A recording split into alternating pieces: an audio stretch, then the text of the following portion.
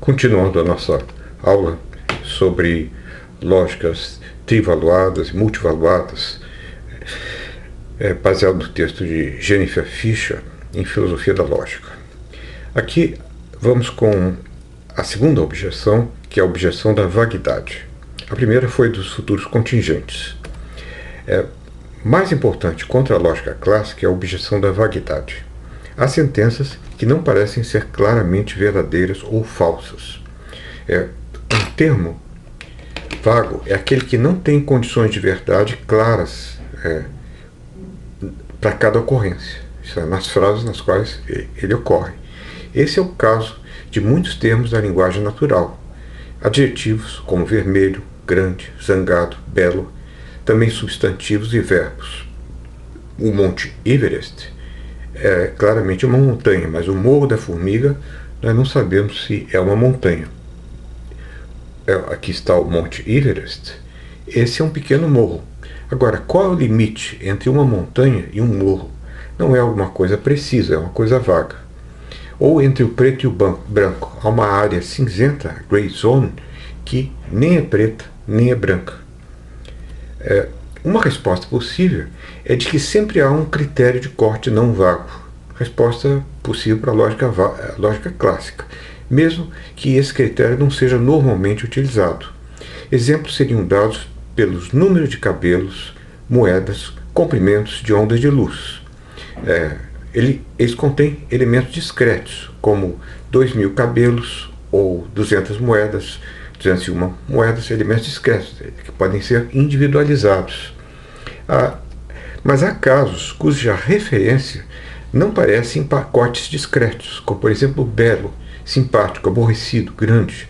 Você tem pessoa que é um pouquinho bela, mas tem um pouco de beleza, não muito, talvez nem tenha, ou nem seja simpático, ou mais ou menos, ou o grande, um elefante perto de um rato, um elefante perto de um gato é grande, um gato perto de uma formiga é grande, mas aí você precisa de certos parâmetros contextualizados de grandeza e pequeneza que mostram que isso é um termo relativo, grande e pequeno, são conceitos relativos.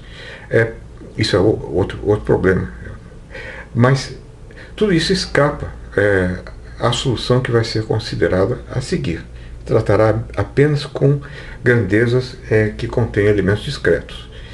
Mas suponhamos que seja realmente possível precisar aquilo que a linguagem natural deixa impreciso.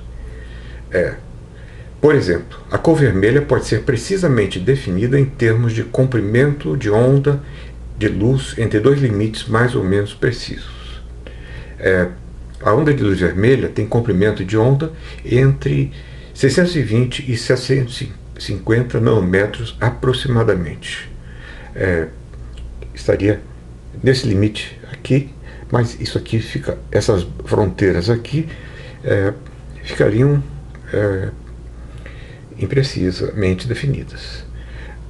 Um problema com essa definição é que muitas vezes não somos capazes de discernir uma diferença relevante caso ela exista. Considere os exemplos já dados: belo, simpático, grande. Não há como discernir precisamente a diferença. Fica mais fácil tratar de problemas quando temos termos cujas partes constituintes vêm na forma de unidades discretas, como no paradoxo do Sorites, ou o chamado também de paradoxo do monte. Quantos grãos de areia são suficientes para formar um monte de areia? Suponhamos que nós começamos com um grão. Se juntarmos a ele mais um grão, não teremos um monte. Se juntarmos mais outro grão, não teremos um monte. Digamos que a gente continue adicionando sempre mais um grão. Parece que com isso nós nunca chegaremos ao monte. Nós podemos já ter uma montanha de grão de areia e não chegamos a formar um monte. Então, aqui está o argumento Sorites para os grãos de areia. É falso que um grão de areia forma um monte. Se é falso que um grão de areia forma um monte, então é falso que 2 grãos formam um monte. Se é falso que 2 grãos de areia formam um monte, então é falso que 3 grãos de areia formam um monte.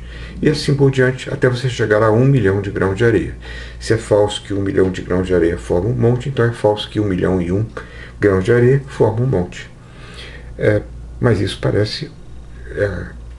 tem algo errado nesse raciocínio. Então, é um argumento constituído por uma imensa sequência de modus ponens, mas que nos leva a uma conclusão que é falsa. E isso é paradoxal. O paradoxo Sorites pode ser bem expresso considerando qual seria o número de cabelos perdidos que constitui um caso de calvície. Não há um limite preciso entre calvo e não calvo, em termos de número de cabelos. Isso aí é calvície ou não? Ele é calvo? Esse argumento não é problemático enquanto tal, como no caso dos futuros contingentes, que nós vimos. Se o princípio da bivalência é verdadeiro, então sentenças com termos vagos devem ser ou verdadeiras ou falsas.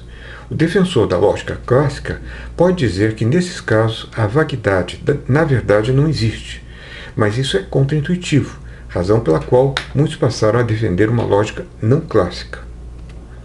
Uma solução possível está na lógica supervaluacional ou supervaloracional. Ela começa com a ideia de que algumas sentenças têm valor indeterminado. Mas o que torna supervalorado é o que se chama de precificação da linguagem. Uma precificação de um termo é o modo de fazer as aplicações de um termo mais precisas sem especificar critérios estritos. Embora cada pessoa tenha sua própria especificação para um termo, elas podem ter algo em comum, apesar da variedade.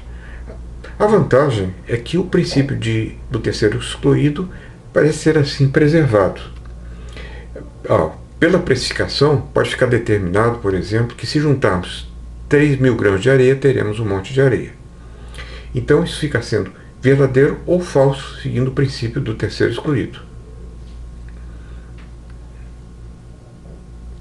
3001, 2.999, verdadeiro e falso. Bom, ou não, 2.999 seria falso, 3.000 seria verdadeiro. Bom, o problema é que a especificação cria novos problemas. Se admitirmos um valor indeterminado que pode ser tornado ou verdadeiro ou falso, como no caso das ondas de luz, que, como nós vimos, tem um limite que não é precisamente definido, 620 nanômetros ou 610 está aqui, já variou, 760, aqui está 750, são precificações diferentes, então nós teremos problemas. Então, se admitirmos um valor determinado que pode ser tornado ou verdadeiro ou falso, então devemos admitir uma nova área cinzenta entre o indeterminado e o verdadeiro, e ainda outra área cinzenta entre o indeterminado e o falso. Primeiro exemplo, as variadas especificações de monte. O segundo exemplo, as variadas extensões da onda de luz vermelha. Outra solução está no uso da lógica difusa, ou o limite entre as extensões do vermelho e as extensões do roxo, ou qualquer cor que barre com vermelho. Outra solução está no uso da lógica difusa, fuzzy logic, que pode ter muitos, até infinitos valores.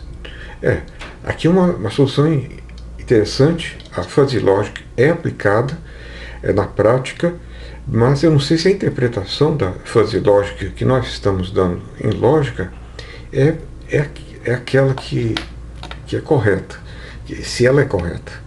Bom, aqui valores verdades são dados no espaço entre 0, que é o falso, e 1, que é o verdadeiro.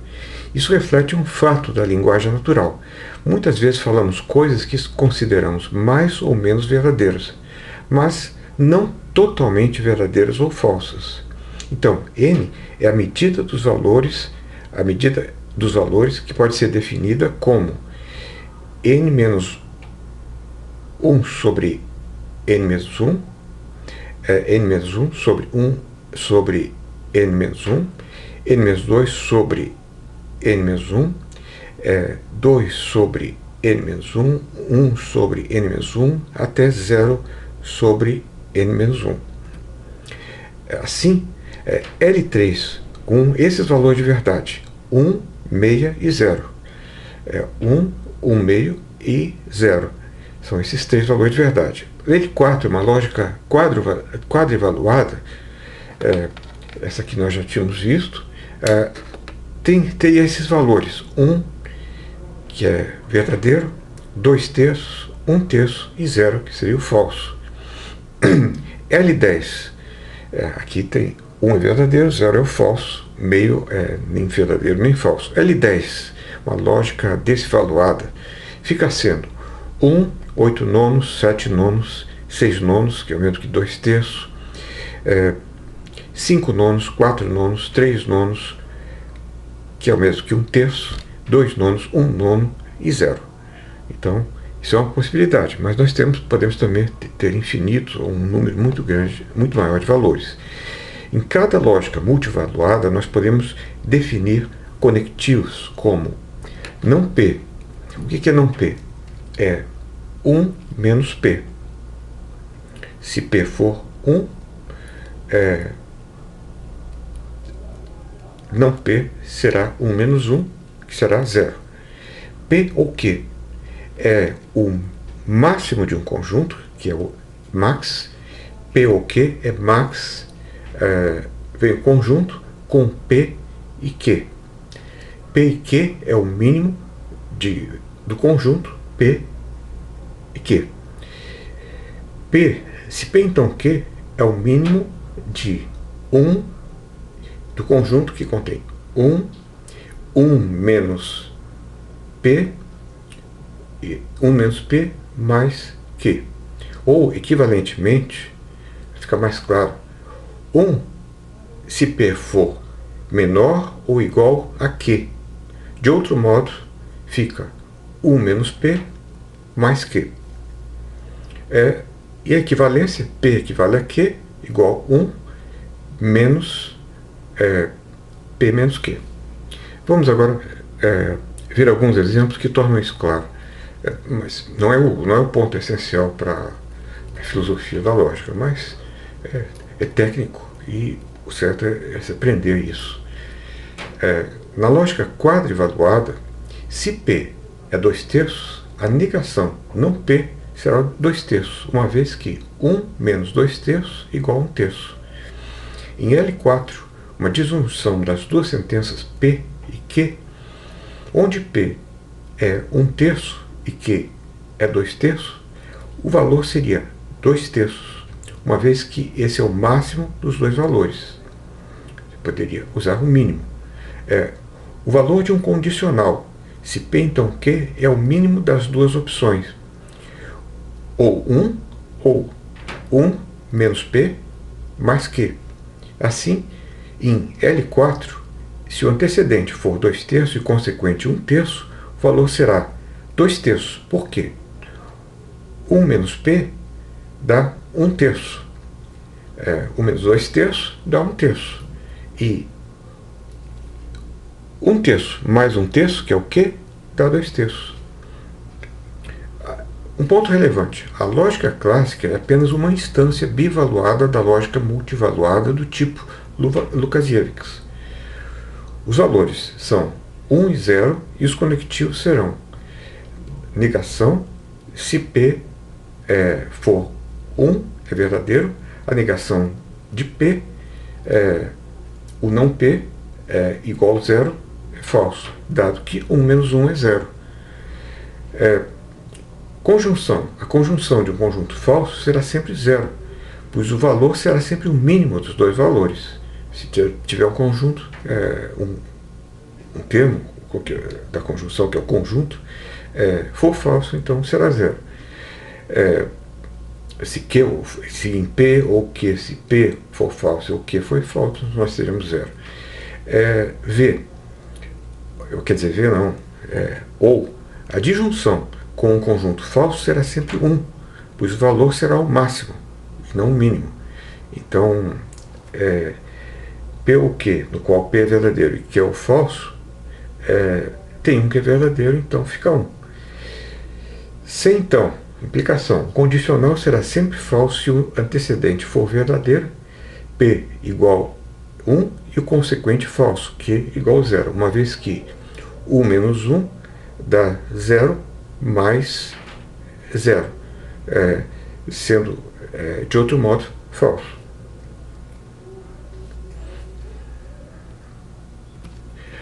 Isso nos oferece uma resposta com respeito à vaguidade. O que a lógica multivaluada faz é permitir que os valores coincidam com a vaguidade dos predicados. Usando o aparato lógico recém-esboçado, a lógica fuzzy nos permite ter vários graus de uma coisa satisfazendo um termo vago. Por exemplo, suponha que temos 1 grão de areia. Isso decisivamente não é um monte. O valor será 0, que é o falso. Suponha agora que nós tenhamos 1 milhão de grãos de areia. Isso decisivamente já é um montinho. O valor 1 é verdadeiro. Podemos então construir uma lógica com 1 milhão de valores que permitirão uma variação de valores exatamente correspondentes a ser mais ou menos um monte de areia. Mais de 1 milhão é um monte de areia, de 1 milhão para cima. De 1 milhão para menos não é um monte de areia. E assim o problema das zonas cinzentas desaparece. Se interpretarmos 1 como verdadeiro e 0 como falso, teremos uma lógica que permite sentenças contendo termos vagos. Tomando um exemplo de Jennifer Fisher, 499 mil grãos formam um monte de areia. Isso teria o valor, já que é 1 milhão, 499 sobre 999 mil, 499 mil sobre 999.999. Isso aí seria uma meia-verdade, digamos. E como a cada novo grão de areia teremos um grau algo maior de verdade, o problema das zonas cinzentas desaparece. De fato, em nossa linguagem ordinária, nós frequentemente dizemos que algo é parcialmente verdadeiro, muito verdadeiro, pouco verdadeiro. O enunciado "a França tem a forma de um polígono" parece ser parcialmente verdadeiro. O enunciado "Ernst Tugendhat é calvo" parece também parcialmente verdadeiro. Aqui está o Ernst Tugendhat. Vocês podem decidir se é calvo ou não. O enunciado "Trump teve a maioria dos votos" me parece hoje um pouco verdadeiro. Hoje, nesse dia, houve a votação, essa bagunça aí com relação aos resultados, não sabemos. Pode ser sugerido que 1 e 2 sejam verdadeiros ou falsos em contextos diferentes, e 3 seja apenas provavelmente falso hoje.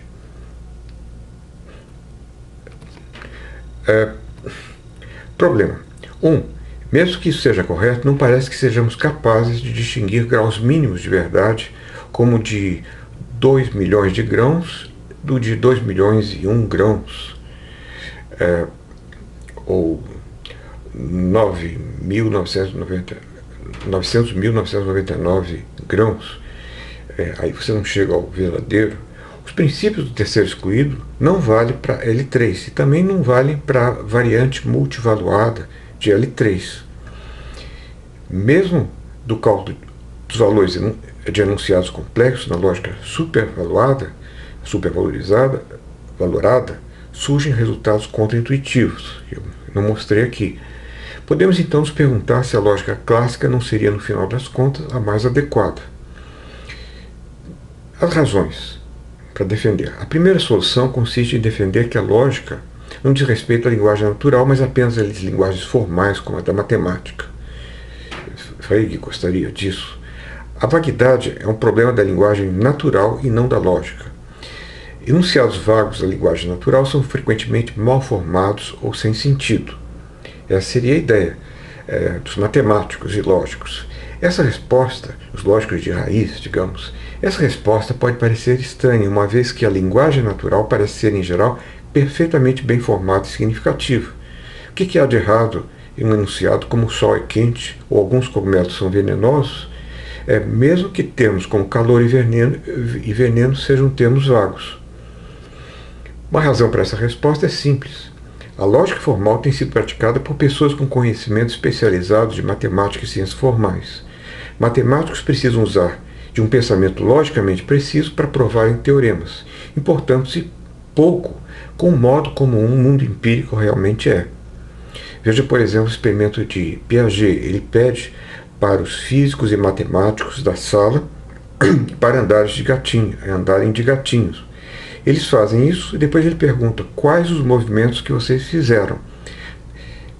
De fato, você, digamos que estenda a mão direita, depois a mão esquerda, depois o pé direito, depois o pé esquerdo.